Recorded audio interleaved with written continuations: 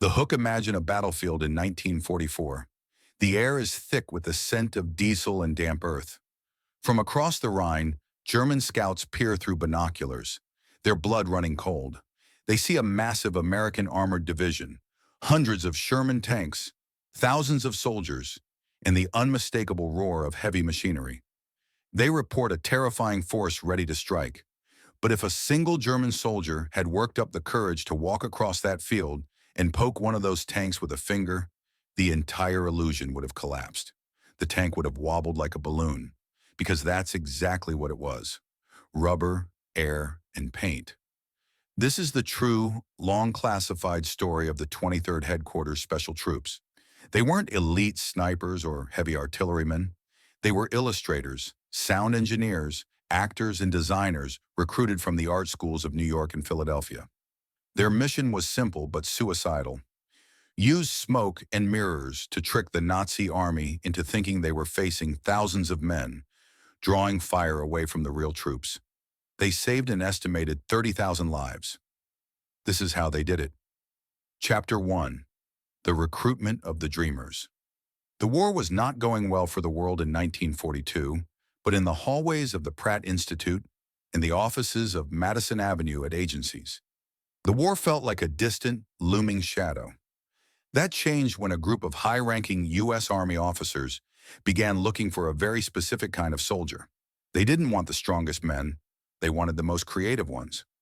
Bill Blass, a young, handsome fashion student with an eye for silhouette, was one of the first. He expected to be handed a rifle. Instead, he was handed a paintbrush and a secret. Along with him were men like Ellsworth Kelly, who would later become a giant of American abstract art, and Arthur Singer, whose bird illustrations would one day grace every home in America. They were gathered at Camp Forest, Tennessee. The regular G.I. Joes looked at them with suspicion. These men weren't practicing bayonet drills. They were studying the acoustics of distance and the way shadows fell on camouflage netting.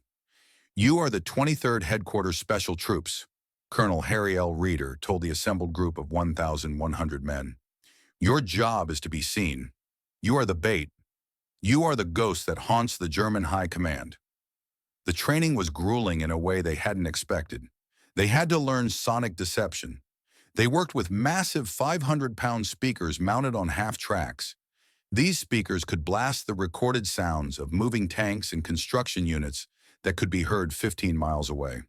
They practiced atmosphere, the art of going into a local French tavern and leaking fake information to suspected spies, acting like drunk soldiers from a completely different division.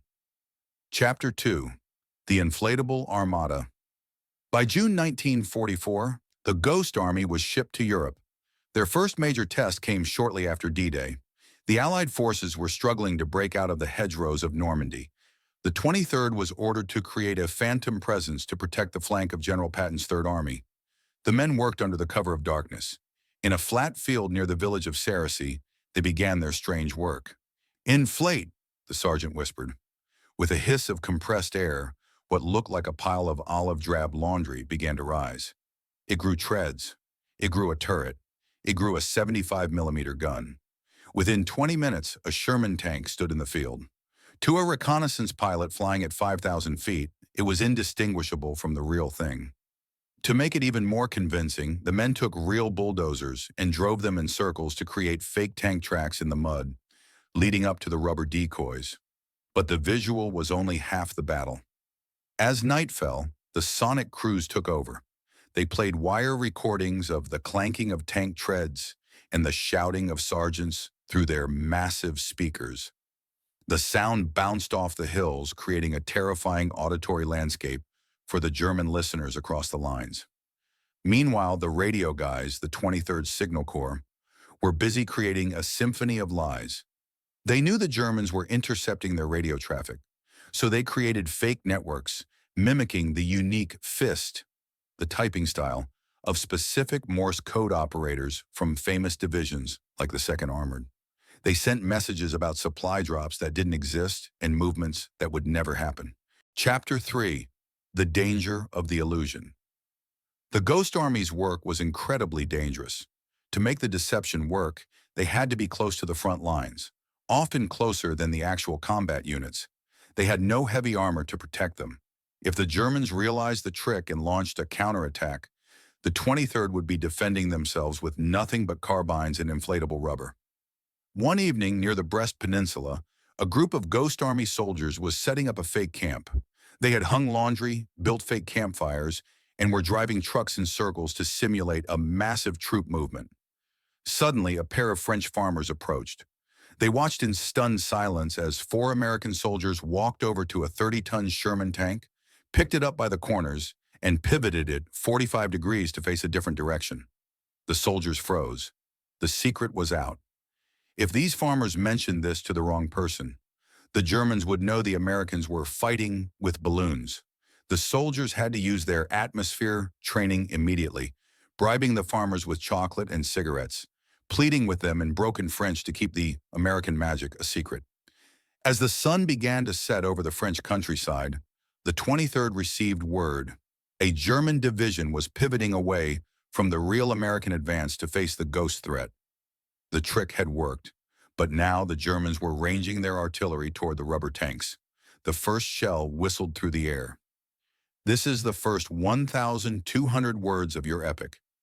In the next sections, we will cover the Battle of the Bulge, how the Ghost Army held a 20-mile gap in the lines when the real troops were stretched thin, the crossing of the Rhine, their most elaborate production involving over 1,000 decoys, the post-war silence, why these heroes were sworn to secrecy for 50 years, unable to tell even their wives how they won the war.